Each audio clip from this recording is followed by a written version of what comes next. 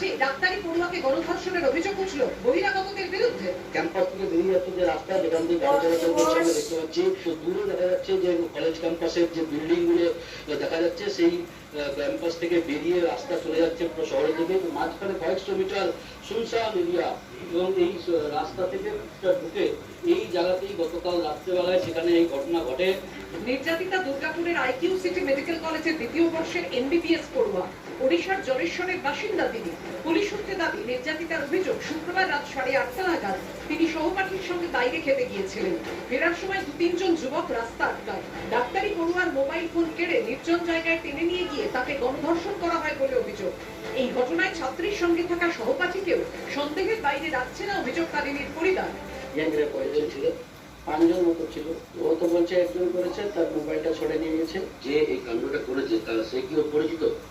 ও বলছে আমার class friend বলছে। না, সেটা যার সাথে গেছিল? হ্যাঁ, ওই ক্লাস ফ্রেন্ড। সেই কি ঘটনাটা হতেও পারে, আমি তো জানি না, হতেও পারে। ছেলেটা যে চলে এসলো, আবার দৌড়ে দৌড়ে যে ওকে নিয়ে एलो। वो लड़का बोला कि वो उसका दोस्त बोला कि वो खाने के लिए चलो बाहर जाएंगे। के बाद वो लड़का 3 लोग को आके पीछा किया, तो वो लड़का जो साथ ले गया था वो जंगल की तरफ भागा। उसके साथ गंदा काम किया, तो उसका मोबाइल छीन गया। बोला कि सुबह 3000 रुपया देगा तो मोबाइल दूंगा, चिल्लाएंगे तो मार दूंगा जान से। ওড়িশা থেকে মেয়েকে এ রাজ্যে পড়তে পাঠিয়েছিলেন, সেখানে এমন ঘটনায় নিরাপত্তা নিয়ে প্রশ্ন তুলেছে নির্যাতিতার পরিবার। যা দেখলাম এখানে মেয়ে সুরক্ষিত নেই, আর তার বন্ধু একজনকে বাইরে নিয়ে গেছিল নাকি। তো আমার কথা বলছে ওই ছেলেটা কিভাবে সিকিউরিটি যার সামনে থাকতে থাকতে কিভাবে বাইরে গেল। এদিন মৌন প্রতিবাদ করেন দুর্গাপুরের আইকিউ সিটি মেডিকেল কলেজের পড়ুয়ারা। প্রপার ইম্পার্শিয়াল এনকোয়ারি একটা দরকার, যেখানে একটা প্রপার ভাবে ইনভেস্টিগেশন হবে, যেখানে একটা সমাধান আসবে। অধ্যক্ষকে ঘিরে বিক্ষোভ দেখান তারা।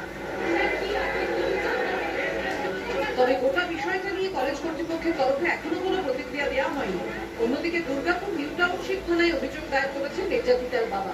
পুলিশ জানিয়েছে, অভিযোগের ভিত্তিতে তদন্ত চলছে। নির্যাতিতার বয়ান রেকর্ড করা হয়েছে। তদন্তে বেশ কিছু তথ্য উঠে এসেছে। নির্যাতিতার সঙ্গীর ভূমিকা এবং সমস্ত সম্ভাবনায় খতিয়ে দেখা হচ্ছে। এই ঘটনা নিয়ে সরব হয়েছে জাতীয় মহিলা কমিশন। মনোজ বন্দ্যোপাধ্যায়, পার্থপ্রতিম ঘোষ ও ঝিলম করঞ্জয়ের রিপোর্ট, এবিপি আনন্দ।